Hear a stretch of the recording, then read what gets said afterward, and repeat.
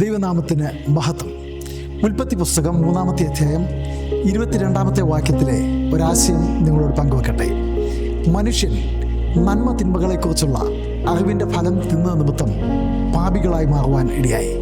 അവർ പാപം മൂലം മരിക്കുന്നതിന്, ആത്മാവിൽ മരിക്കുന്നതിന് കാരണമായി തീർന്നു. ആ ഒരു സാഹചര്യത്തിൽ ഏദൻ തോട്ടത്തിൽ താമസിച്ചുകൊണ്ടിരുന്ന മനുഷ്യനെ പറ്റി ദൈവം പറയുന്ന വാക്കുകളാണ് ഈ 22-ാമത്തെ വാക്യത്തിൽ നമുക്ക് കാണുന്നത്. നന്മ തിന്മകളെക്കുറിച്ചുള്ള അറിവിൻ്റെ ഫലം തിന്നതിനാൽ നമ്മിൽ ഒരുവനെ പോലെ അവർ ആയിത്തീർന്നിരിക്കുന്നു.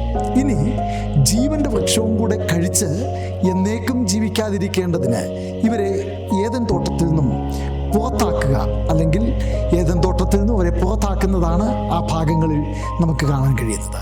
വാത്സല്യ സൗരന്മാരെ, മനുഷ്യൻ പാപം ചെയ്തത് നിമിത്തം അവൻ ആത്മിക മരണമുണ്ടായി. എന്നാൽ ആത്മികമായി മരിച്ചവൻ ജീവവൃക്ഷത്തിൻ്റെ ഫലം കൂടെ തിന്നാൽ അവൻ ആ പാപത്തിൽ തന്നെ ജീവിച്ചുകൊണ്ടേയിരിക്കും. മനുഷ്യനെ ദൈവം ഏദൻ തോട്ടത്തിലാക്കിയപ്പോൾ അവിടെ നന്മ തിന്മകളെക്കുറിച്ചുള്ള അറിവിൻ്റെ ഫലം മാത്രമേ തിന്നരുത് എന്ന് അവരോട് കൽപ്പിച്ചിരുന്നുള്ളൂ. എന്നാൽ അവർ അത് തിന്നുവാനിടയായി.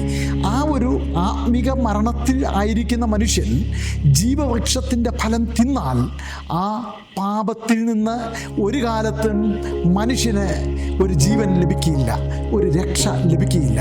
ദൈവത്തിൻ്റെ രക്ഷണ പദ്ധതി എത്രയോ വിലയേറിയതാണ്. ഇവിടെയാണ് ദൈവത്തിൻ്റെ വചനം നമ്മളോട് അറിയിക്കുന്ന വലിയൊരു കാര്യം. ദൈവം മനുഷ്യനെ ഏദൻ തോട്ടത്തിൽ നിന്നും പുറത്താക്കി എന്നുള്ളത് സത്യമാണ്. പക്ഷേ തൻ്റെ ഏകജാതനായ പുത്രനായ യേശു ക്രിസ്തു ഈ ലോകത്തിലേക്ക് വന്നപ്പോൾ അവൻ വിളിച്ചു പറയുന്നു, ഞാൻ ജീവൻ്റെ അപ്പമാകുന്നു, എന്നെ തിന്നുന്നവൻ എൻ മൂലം ജീവിക്കും. വെളിപ്പാട് പുസ്തകം 2-ാമത്തെ അധ്യായം 7-ാമത്തെ വാക്യത്തിൽ ഒരു വലിയ വാഗ്ദത്തം സഭയ്ക്ക് കൊടുക്കുകയാണ്. ജയിക്കുന്നവന് ഞാൻ ജീവവൃക്ഷത്തിൻ്റെ ഫലം തിന്നാൻ കൊടുക്കും. എത്ര വലിയൊരു വാഗ്ദത്തമാണ്! നാം ജയിക്കാനുള്ളവരാണ്.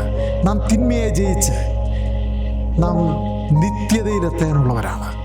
രക്ഷിക്കപ്പെട്ട് സ്നാനപ്പെട്ട് കർത്താവിൻ്റെ വരവിന് വേണ്ടി നമുക്ക് ഒരുങ്ങാം. ജീവവൃക്ഷത്തിൻ്റെ ഫലം നമുക്ക് വേണ്ടി ഇതാ ആ നിത്യതയിൽ ഒരുങ്ങിയിരിക്കുന്നു. ദൈവം നമ്മെ എല്ലാവരെയും അനുഗ്രഹിക്കട്ടെ.